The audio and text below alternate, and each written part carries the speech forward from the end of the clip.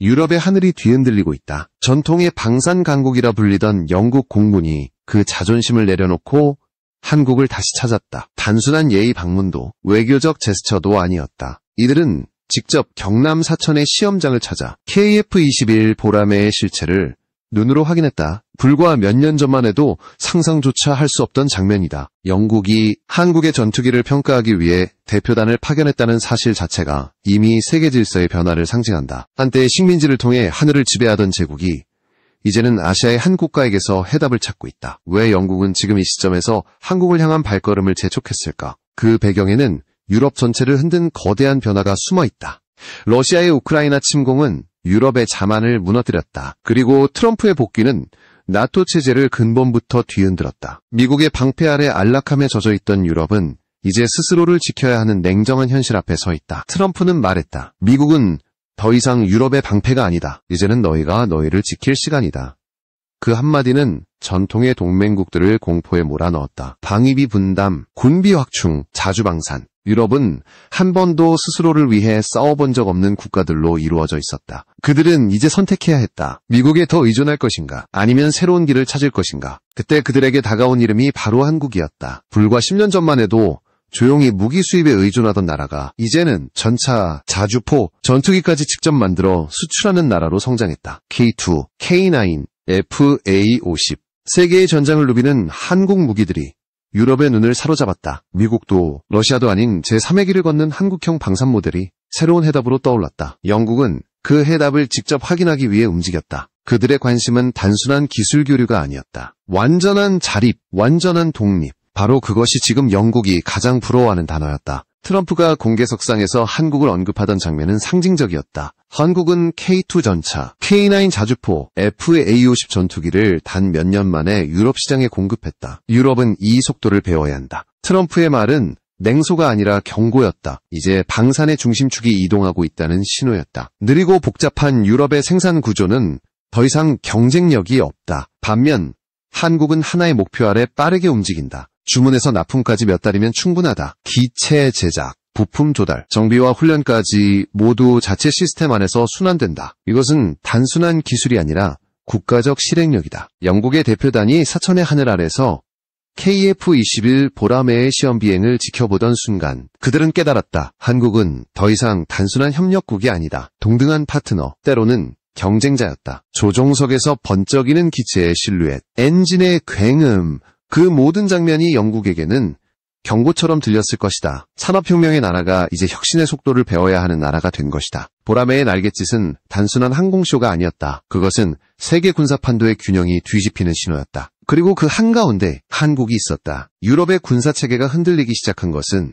러시아의 우크라이나 침공 이후였다. 그전까지 유럽의 방위 전략은 언제나 미국의 지원을 전제로 했다. 나토의 존재 이유도 결국 미국의 해구산 아래에서만 유효했다. 하지만 전쟁은 잔혹한 현실을 드러냈다. 러시아의 미사일이 우크라이나의 도시를 잿더미로 만들 때 미국은 단지 무기만을 보냈을 뿐 직접적인 개입을 하지 않았다. 유럽 각국은 그제야 깨달았다. 우리의 하늘은 우리가 지키지 않으면 누구도 지켜주지 않는다는 냉정한 진실을. 그 깨달음은 곧 위기감으로 바뀌었다. 그리고 그 위기감은 새로운 동맹을 찾아 나서게 만들었다. 유럽의 시선이 향한 곳은 동쪽이었다. 기술과 속도를 겸비한 그러나 미국의 통제에서 자유로운 새로운 모델. 한국은 그 조건을 완벽히 충족하는 나라였다. 불과 10여 년 전만 해도 한국은 무기를 수입하던 국가였다. 그러나 이제는 세계 10대 방산 수출국의 이름을 올렸고 자주포와 전투기를 유럽에 공급하는 제조국으로 자리 잡았다. 특히 FA-50 경공격기의 성공은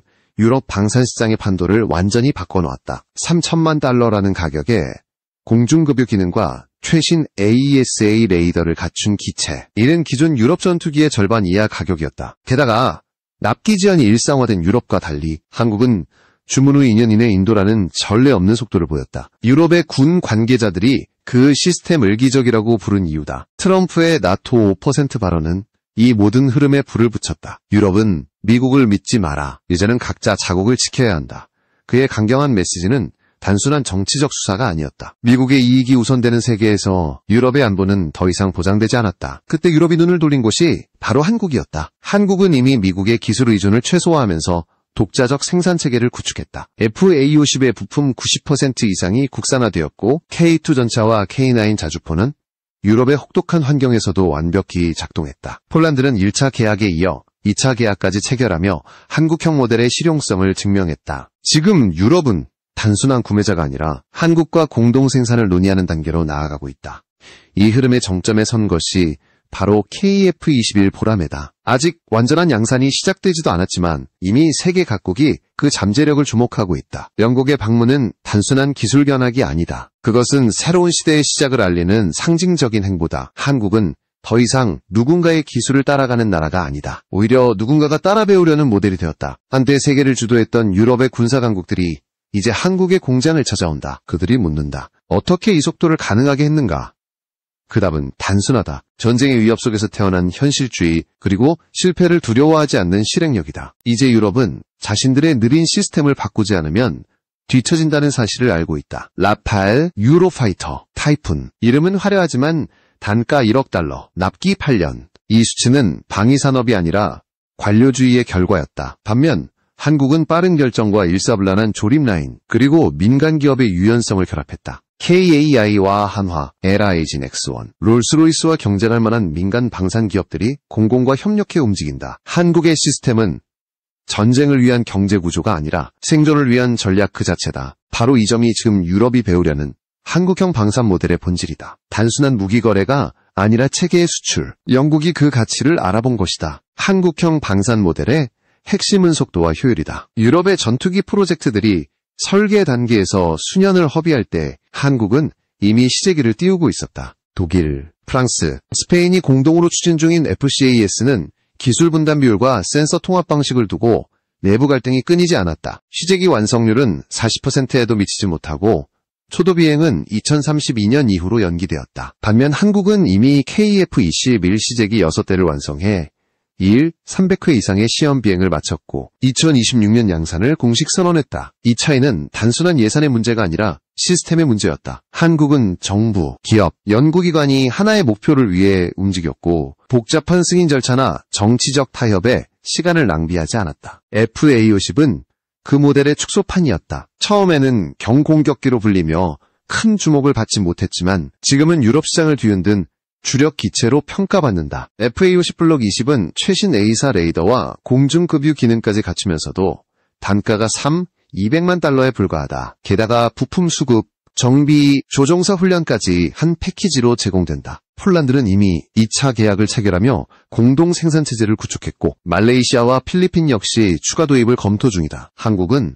단순히 기체를 파는 나라가 아니다. 운용체계 전체를 수출하는 나라다. 이러한 토털 솔루션 구조는 유럽 어느 방산국도 흉내낼 수 없는 경쟁력이다. 한국형 모델의 또 다른 강점은 리드타임 단축이다. 주문에서 납품까지 걸리는 시간을 절반 이하로 줄였다. 이는 KAI의 생산 라인이 모듈화되어 있기 때문이다. 기체의 주요 구조물을 동시에 생산하고 조립 과정에서 병렬 처리를 적용해 납기를 단축했다. 부품 공급망 역시 국내에서 완전히 통합되어 있다. 엔진, 전자전 시스템, 무장 인터페이스까지 모두 자체적으로 관리된다. 이런 구조 덕분에 한국은 납기 지연 없이 다수의 국가에 동시 공급이 가능하다. 반면 유럽의 라팔은 단일 공장에서 생산되어 한 나라의 계약만 늘어나도 다른 국가의 납기가 자동으로 밀린다. 이런 차이가 유럽 각국의 눈에 뚜렷이 보였다. 한국의 방산이 단기간에 성장할 수 있었던 이유는 실전성이다. 모든 무기는 실전을 가정해 개발되고 실제 작전 환경에서 시험된다. 한국군은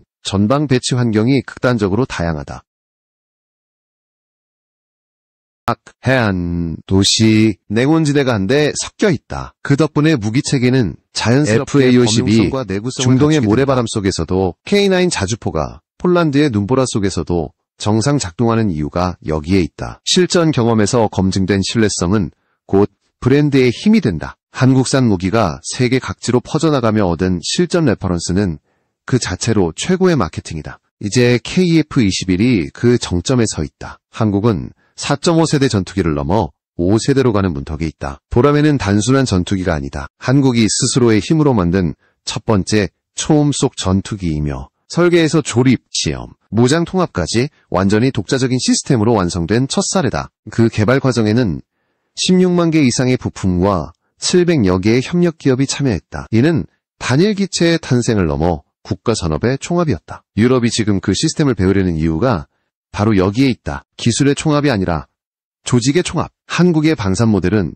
효율, 속도, 신뢰성이라는 세 축을 완벽히 조합한 새로운 표준이다. 유럽의 국방 분석 기관들은 이미 경고를 내렸다. 한국형 방산 시스템을 동일한 수준으로 구현하려면 최소 2.7배의 예산이 필요하다. 즉, 한국은 절반의 비용으로 2배의 성과를 내는 구조를 가진 셈이다. 영국이 사천을 찾은 이유도 여기에 있다. 단순한 기술 협력이나 부품 거래가 아니라 시스템 자체를 배우기 위해서다. 그들은 지금 한국의 공장에서 미래의 답을 찾고 있다. 그리고 그 중심에는 KF-21 보라매가 있다. 하늘 위를 가르는 그 날개는 단순한 비행체가 아니라 새로운 산업 문명의 상징이다. 영국이 다시 한국을 찾은 이유는 단순하지 않다. 겉으로는 공동 연구와 기술 협력을 내세웠지만 그 이면에는 훨씬 더 큰 전략적 계산이 숨어있다. 영국은 지금 엔진 주도권을 되찾기 위한 전면전을 준비 중이다. 전투기의 심장은 엔진이며 이 분야를 지배하는 자가 향후 수십 년간 항공우주 산업의 흐름을 결정한다. 미국의 제너럴 일렉트릭, 프렛 앤드 휘트니가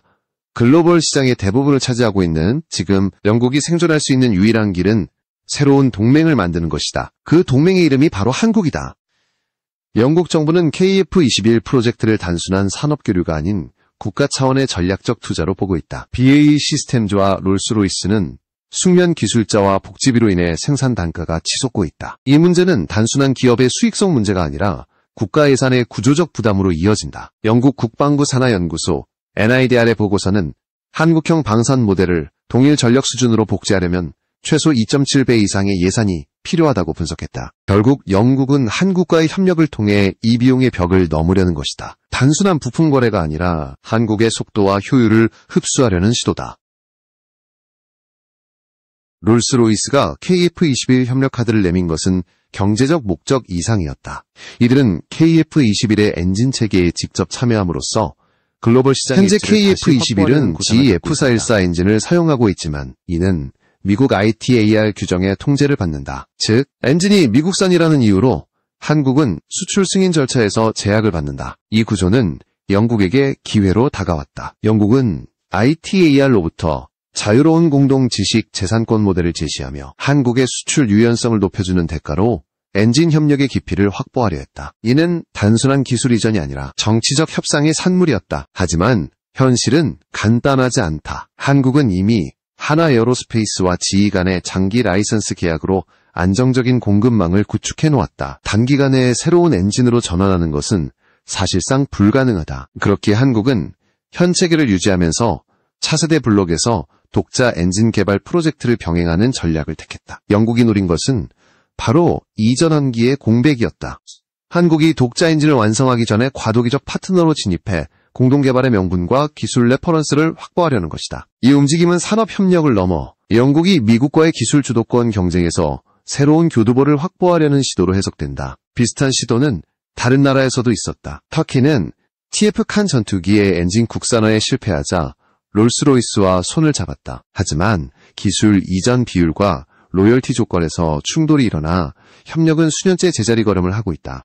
일본 역시 GCAP 프로젝트에서 독자 엔진 개발을 추진했지만 결국 영국과 이탈리아의 기술 의존에서 벗어나지 못했다. 이런 사례들은 하나의 교훈을 준다. 엔진은 기술의 문제가 아니라 주권의 문제라는 것이다. 영국의 제안은 매력적으로 들릴 수 있지만 잘못된 협정 하나가 국가의 기술 독립을 송두리째 흔들 수 있다. 따라서 한국은 명확한 원칙을 세워야 한다. 협력의 범위, 권한의 배분, 지식재산권의 통제권을 철저히 관리해야 한다. 일시적 이익보다 장기적 자립이 우선이다. 전투기 엔진은 단순한 부품이 아니라 산업과 외교, 안보를 동시에 지탱하는 핵심 축이다. 지금 영국이 보여주는 행보는 한국에게 기회이자 시험대다. 만약 한국이 이 협력을 현명하게 이끌어간다면 KF-21은 단순한 전투기를 넘어 독자적 엔진을 갖춘 완전한 항공전력으로 거듭날 것이다. 하지만 만약 잘못된 타협이 이루어진다면 그것은 또 다른 의존의 시작이 될 수 있다. 보라매의 진정한 날갯짓은 엔진 자립에서 완성된다. 그날이 오면 한국은 비로소 완전한 하늘의 주인이 될 것이다. KF-21 보라매는 단순히 한 대의 전투기가 아니다. 그것은 한국 기술력의 총합이자 국가 자존심의 상징이다. 지난 국군의 날 하늘을 가른 보라매의 비행은 단순한 퍼포먼스가 아니라 수십 년간 쌓아온 항공기술의 결실을 상징하는 순간이었다. 그 비행은 의심과 조롱을 종식시키는 장면이었다. 해외 전문가들이 한국은 아직 5세대 장벽을 넘기 어렵다고 말할 때 보라매는 그 벽을 부수듯 하늘을 갈랐다. 초음속 돌파, 공대공 미사일 분리 발사, 공중급유 시험, 모든 절차는 정밀하게 진행되었고 성능은 계획보다 빠르게 입증되었다. 지금까지의 시험 비행 횟수는 2일 700회를 넘어섰으며 2026년 실전 배치를 목표로 추가 시험이 이어지고 있다. KF-21의 개발은 단순한 기체 제작이 아니라 한국형 전투기 생태계의 완성 과정이었다. 정부와 기업, 군이 삼위일체로 움직이며 기체 구조, 항전 장비, 무장 체계를 자체 개발했다. 스텔스 기술을 위한 복합 소재, 메타물질 기반의 전파 흡수 구조, 그리고 전자전 시스템까지 모두 국산 기술로 구축되었다. 한국의 연구진들은 이제 단순히 따라가는 개발자가 아니라 세계 무대에서 기술을 선도하는 혁신가로 평가받고 있다. 이 모든 과정을 가능하게 한 힘은 끈기와 현실주의였다. 실패를 두려워하지 않고 수십 번의 시험과 오류를 거듭하며 완성도를 높여왔다. 최근 발표된 2025 세계 최강 전투기 순위에서 KF-21은 세계 4위에 올랐다. 1위는 F-35, 2위는 젠-20, 3위는 F-22. 그 뒤를 잇는 이름이 바로 한국의 KF-21이었다. 이는 단순한 순위가 아니라 한국이 이제 세계 항공 강국들과 어깨를 나란히 하고 있음을 보여주는 상징이었다. 항공 전문 매체 AEG는 KF-21을 4.5세대와 5세대의 경계를 넘나드는 하이브리드 전투기라 평가했다. 스텔스 성능, 센서 융합, 전자전 대응력, 가격 대비 성능비에서 모두 세계 최고 수준이라는 것이다. 특히 한국산 AESA 레이더와 F414 엔진의 조합은 전투기의 실질 전투력을 획기적으로 끌어올렸다는 분석이다. 해외의 반응은 격렬했다. 일본의 도쿄 디펜스 리뷰는 KF-21은 동아시아의 전략 구도를 바꿀 게임 체인저라며 경계심을 드러냈다. 중국의 군사 매체들은 KF-21이 6세대 전투기 기술로 진화할 가능성을 언급하며 민감하게 반응했다. 반면 중동과 동남아에서는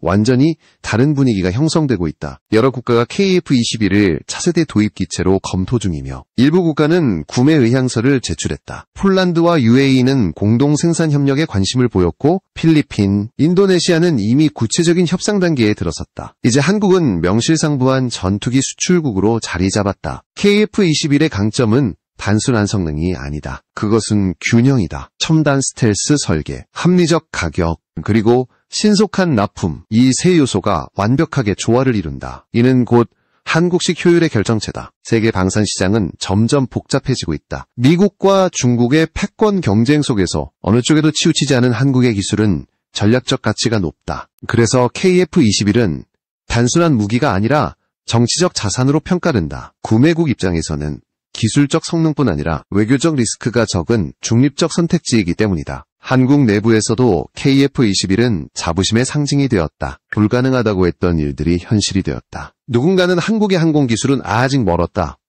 고 했지만 지금 그 말은 더 이상 유효하지 않다. 국산 AESA 레이더, 전자전 장비, 유무인 복합체계 개발, 그 모든 과정이 하나로 엮여 한국형 항공 패러다임을 만들었다. 이제 보라매는 단순한 군용기가 아니라 한 세대가 이룬 도전의 상징이다. 공장에서 이륙하는 순간마다 그것은 과거의 한계를 넘어선 대한민국의 선언과도 같다. 세계의 시선은 점점 더 자주 한국을 향하고 있다. 유럽은 한국의 모델을 배우려 하고 미국은 기술 협력의 범위를 조정하고 있으며 일본은 조용히 경계한다. KF-21의 등장은 단지 새로운 전투기의 탄생이 아니라 국제 질서 속에서 기술 주도권이 이동하고 있음을 보여주는 사건이다. 지금 한국은 하늘을 만드는 나라가 되었다. 그리고 그 하늘 위에는 보라매라는 이름이 새겨져 있다. 이제 세계는 또 한 번의 세대 전환을 앞두고 있다. 6세대 전투기라는 새로운 개념이 등장하며 전쟁의 패러다임은 기동 중심에서 정보 중심으로 완전히 옮겨가고 있다. 보이지 않는 하늘의 싸움, 전자전과 데이터전이 전장을 지배한다. 그 속에서 한국은 이미 다음 단계를 준비하고 있다. KF-21은 단순히 4.5세대 전투기가 아니다.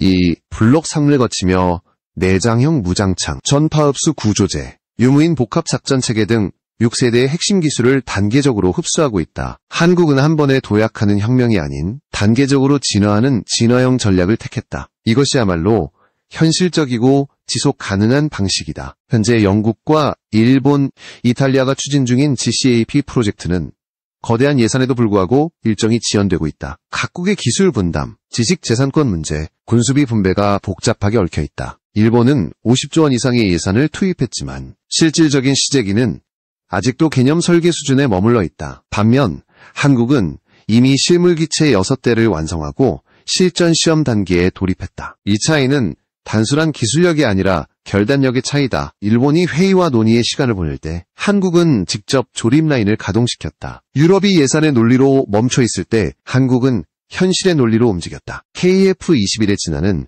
단순히 군사적 의미에 그치지 않는다. 그것은 산업과 과학, 외교의 종합적 결과물이다. 항공기 한 대를 개발하기 위해 수백 개의 중소기업이 성장하고 수천 명의 기술자가 숙련된다. 국가 전체가 하나의 거대한 실험실이 된다. 그 과정에서 탄생한 기술은 다시 민간항공, 에너지, 소재 산업으로 확산된다.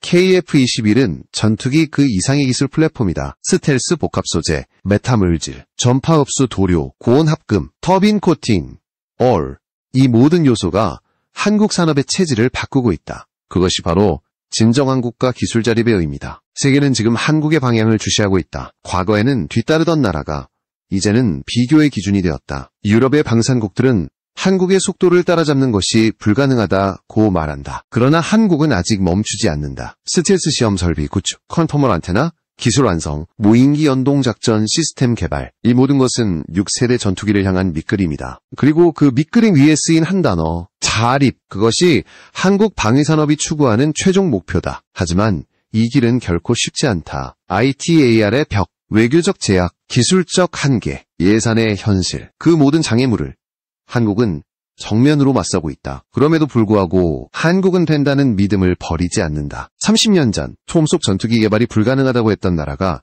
지금은 세계사 위에 전투기를 만든다. 10년 전 스텔스 기술이 꿈이라던 나라가 지금은 메타물질 기반 스텔스 구조를 시험하고 있다. 이것이 한국의 방식이다. 불가능을 전제로 한 현실주의, 그리고 그 현실을 깨는 실행력. 보라매는 이제 하늘 위를 넘어 미래의 방향을 제시하고 있다. 그것은 단순한 기체가 아니라 한국의 철학이다. 자립, 혁신, 그리고 끊임없는 도전. 영국이, 일본이, 유럽이 배우려는 것은 바로 이 정신이다. KF-21의 날개 아래에는 수천 명의 기술자와 군인, 그리고 국민의 자부심이 함께 실려 있다. 그 날갯짓이 하늘을 가르는 순간 세계는 깨닫게 될 것이다. 대한민국은 더 이상 누군가의 뒤를 따르는 나라가 아니라 하늘의 미래를 설계하는 나라라는 것을. 그리고 그 이름, 보라매는 앞으로 수십 년간 그 사실을 증명하게 될